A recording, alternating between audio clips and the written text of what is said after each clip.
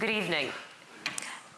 Thank you all for being here today. I particularly want to thank some of the students I see in the audience. I know it's an intense period, they're in the midst of exams, so it's extra lovely to see them here. It's a pleasure and privilege to spend the next half an hour or so, I hope, sharing with you some of my current research. Last night at home, when I was with the children and I decided to go over the content of tonight's talk with them, my youngest son, nine-year-old, we listened with great attentiveness for some moments, went through my charts that I'll be sharing with you, and looked extremely dazzled. And at the end of it all, he sort of looked at me and says, "Looks like really hard work, Mama, but what's the point?" And it actually was a very apt question at that point, because I thought, rather than drowning everyone in data, I better try and give some context to what it is that I want to share with you, which is actually data. We all know that the migrant population in the Gulf in general, and Qatar in particular, has increased significantly over the past few decades. In 1990, the population of Qatar stood at under 500,000. Over the course of the next 20 years, by 2010, this had increased threefold. And current estimates indicate that we're looking at somewhere close to 2 million people. And so clearly this dramatic growth in Qatar's population has been triggered by the exponential and very significant increase of the migrant population, which we see here. Although we all are aware of this large sort of demographic presence of foreigners in Qatar, surprisingly enough, we actually don't know very much about them. We don't know where they're from. We don't know a lot about where they're working, how they're integrated into the labor market. And we don't know much about their lived experiences. I know many of you must have been following many of these media stories that are right now circulating in international papers, regional and local papers, because Qatar is drawing increasing amounts of media attention related to migrants' rights, potential exploitative conditions, the stringent practices of the kafala system. But for those of you, when you're reading these articles, I hope you would remain skeptical when any one of these articles proceeds to give you particular figures that, for example, tell you how many Nepalese are working in the construction sector, or how many Indians or how many Filipinos. Because obtaining data in Qatar on national and ethnic compositions of the migrant population is a huge challenge. Any researcher trying to work on some aspect of labor migration in Qatar finds that data availability, data accessibility, and data reliability is very scarce. Data on migrants that's disaggregated by nationality, broken down by nationality, and then further disaggregated along lines of gender or age or income and educational skill levels are almost entirely absent. When I began first wanting to explore the question of the Arab community in Qatar, the Arab expatriate population, the only figure that I could find was a 2007 figure that had been put together and released publicly by the Arab Labour Office, which indicated that out of Qatar's entire expatriate population, 40% consisted of Arab non-nationals. This figure actually seemed disproportionately high because comparative data on the Arab expatriate component of neighboring GCC states indicated much lower levels. So why is it important to talk about nationality? Why does nationality matter? Why do we care where people are from? I mean, we're talking about migrants in general, we're interested in other things. Why should nationality matter? There's an increasing body of research that tells us and indicates to us that nationality actually has a direct impact on your life in Qatar as a migrant, and where you're working, what you're doing, how you experience your work, and how you experience your life. Nationality has a strong correlation with how you are integrated into Qatar's labor market. And I think I can be fairly confident if I say that I don't think anyone in this room has gotten into a Karwa cab and found the driver to be a Texan or a Swede. Sorry to combine those two for people who find it offensive. Even when occupying the same job, different nationality matters.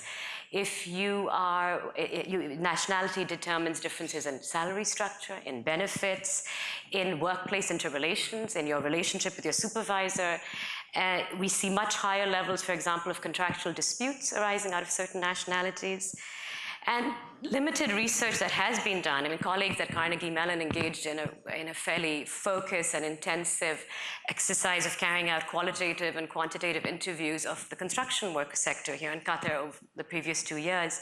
And they showed that if you were an Egyptian construction worker and an Indian construction worker, you would find your experience to vary greatly in terms of what you were earning, in terms of levels of remittances you would be able to send home, and just in terms of your daily lived experience. So nationality is important, and we need to know more about it. Why study the Arab community? What's important? I mean, we know the Arab proportion of the expatriate population has decreased significantly across the region in all 6 states. Scholarship on Gulf migration has said that the expatriate presence has seen a complete transition over the course of the last 4 decades in terms of ethnic and national composition. In the 1970s, region-wide, out of the sort of increasing foreign expatriate workforce, about 70 to 75% of expatriate workers were Arab, came from neighboring Arab states, and this actually seems quite logical and coherent. I mean, the Middle East is complicated geography. On the one hand, you have states like the GCC, which have abundant hydrocarbon wealth and burgeoning economic trajectories, and yet, of course, suffer from the dilemma of having very small populations which are unable to meet their labor market needs. And yet close by, not far away, you have other countries with completely different political economy, not as healthy, not as buoyant, not as oil-rich, and yet with large populations. So, in many non-Gulf states, Arab policymakers have often push this forward, saying, well, we supply the labor, you supply the jobs. But despite that, the shift towards non-Arab labor in the expatriate populations across these states has occurred, and it's occurred due to specific and calibrated policy making in the GCC states. And these decisions have been driven by a combination of political, economic, and sociocultural factors. So why is it important to study this again now? Because given what's happening in the broader region, given the kind of ensuing turmoil and political instability in some of our most densely populated Arab neighbors, you may well again see some of these concerns reinvigorated. You might see greater demand again from non-GCC Arabs to look for entry into Gulf labor markets. So that's my context. Now you're going to drown in data. But my presentation today is based specifically on data on the Arab migrant population in Qatar that I have managed to obtain from the Ministry of Labor. This is not public data. It's not in the public domain. But thankfully, as of the last couple of years, the Ministry of Labor has begun at least looking at nationality and collecting labor force data based on nationality. The data was not presented to me as broken down into different sectors. It was actually a number of 494 different job descriptions and position descriptions, which we had to then collate and create some order out of. So over the next few moments, I'm going to share some of this data with you and some of the things that I find interesting and worth knowing. So, according to the Ministry of Labor, there are currently 146,000 Arab foreign workers in Qatar. Arab expatriates comprise 13% of the total workforce. Qatari nationals comprise 7% of the total workforce, and 80% of Qatar's labor force comes from outside the Arab world. As one would expect, Egyptians consist of a huge number. In fact, Egyptians, Syrians, and Sudanese combined show the highest presence in Qatar in terms of national origin out of the Arabs, and together make up 45% of the non-national, non-Qatari Arab expatriate community. Citizens, again, of these 3 states, Egypt, Syria, and Sudan, also provide the largest contribution towards the Arab component of the foreign workforce. And when we combine that, they make up 72% of the Arab workforce in Qatar. So Arab foreign workers altogether in Qatar contribute to 12% of the expatriate labor force, which is significantly smaller than the 40% figure that is currently out there. So over here we see the the data I have got is on 20 different countries, right? But what I've done for the purpose of this presentation is to really concentrate on those 6 countries which numerically have components of their populations which numerically dominate. So in this slide, you see that both the percentage and the numerical breakdowns of different nationalities, and it's obviously significant to see that Egyptians comprise by far, a significantly large amount than the others.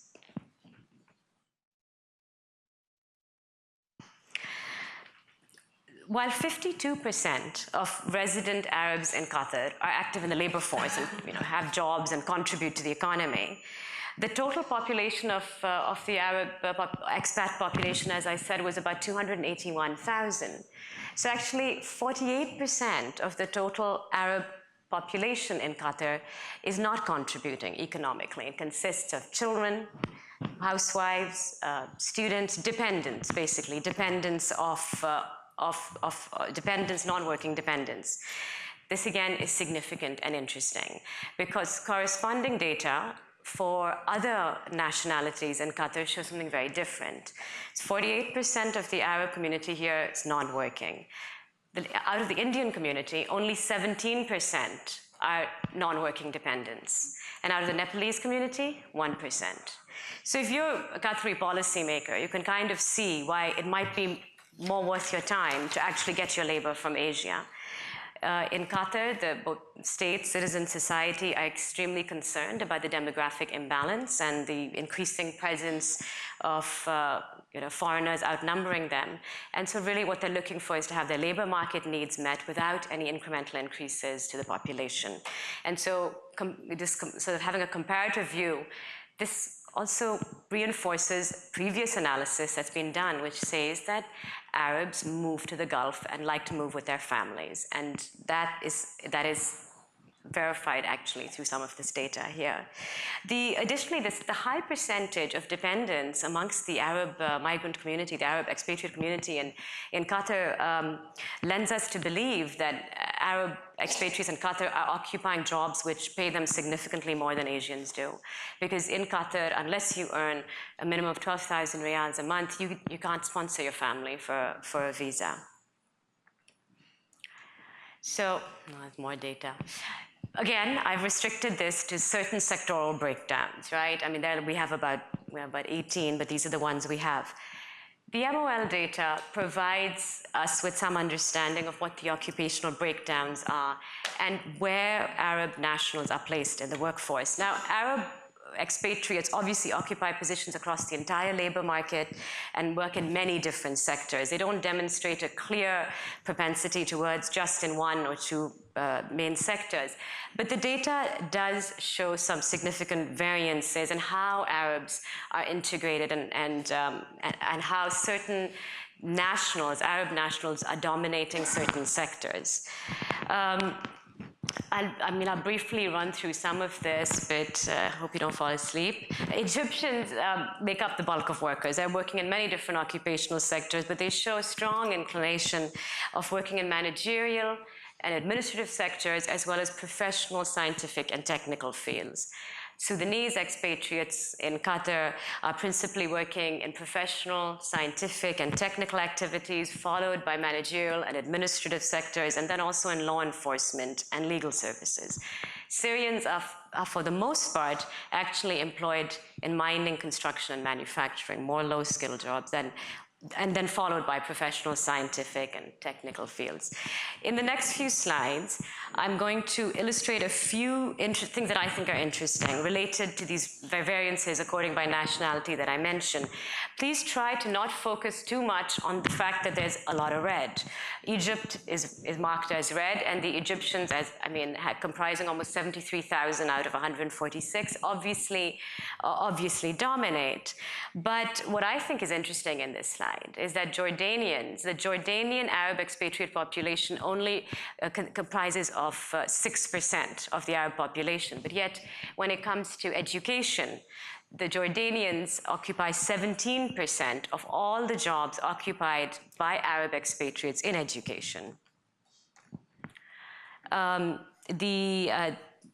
Lebanese also only make up 7% of the Arab expatriate population, but they take up 13% of jobs in finance and insurance.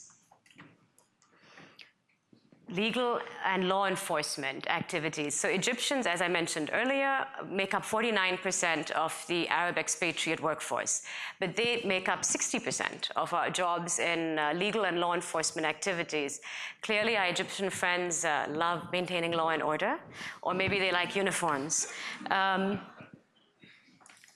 And then again, over here, I think what I find interesting is looking at managerial and administrative sectors. Jordanians and Lebanese are disproportionately represented when you compare it to the proportion they make of the Arab expatriate population. I'm just going to flip through a few others. I mean, I'm happy to go through these in detail, but there's just a couple other things, media and journalism, and these other professional, scientific, and technical fields, and we're going to skip forward. Okay, so I'm not trying to suggest that Arab workers in Qatar only work in highly skilled jobs.